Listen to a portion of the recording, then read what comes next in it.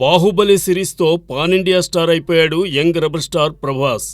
ఆపై సాహు, రాధేశ్యామ్, ఆదిపురుష్, సలార్ చిత్రాలతో సందడి చేశాడు. వీటిలో సలార్ ఫస్ట్ పార్ట్ మాత్రమే మెప్పించింది. కట్ చేస్తే ప్రభాస్ త్వరలో కల్కి 2898 ఏడీతో పలుకరించబోతున్నాడు. మహానటి దర్శకుడు నాగ్ అశ్విన్ రూపొందిస్తున్న ఈ సినిమాలో అమితాబ్ బచ్చన్, కమల్ హాసన్, దీపికా పదుకోనే వంటి భారీ తారాగణం నటిస్తోంది. అగ్ర నిర్మాణ సంస్థ వైజయంతి మూవీస్ ఎంతో ప్రతిష్టాత్మకంగా ఈ బిగ్ టికెట్ ఫిల్మ్ని నిర్మిస్తోంది. కల్కి 2898 ఏడీని వైజయంతి మూవీస్ వారి లక్కీ డేట్ అయిన మే 9న విడుదల చేయాలనుకున్నారు. అయితే అనూహ్యంగా మే 13కి తెలుగు రాష్ట్రాల్లో ఎన్నికల షెడ్యూల్ అయ్యాయి.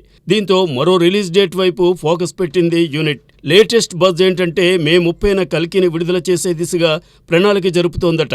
అప్పటికి జనాలు ఎన్నికల వాతావరణం నుంచి బయటికి వచ్చి సినిమాలపై దృష్టి సారించే అవకాశం ఉంటుందన్నది కల్కి బృందం ఆలోచనట. త్వరలోనే కల్కి నయా రిలీజ్ డేట్పై క్లారిటీ వచ్చే ఛాన్స్ ఉంది.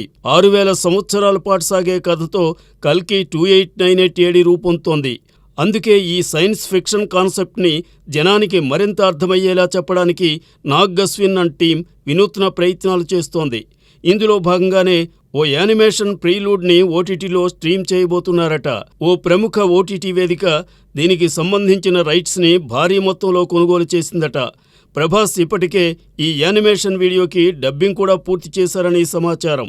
మరి ఈ యానిమేషన్ వీడియో కల్కికి ఏ మేరకు ప్లస్ అవుతుందో చూడాలి.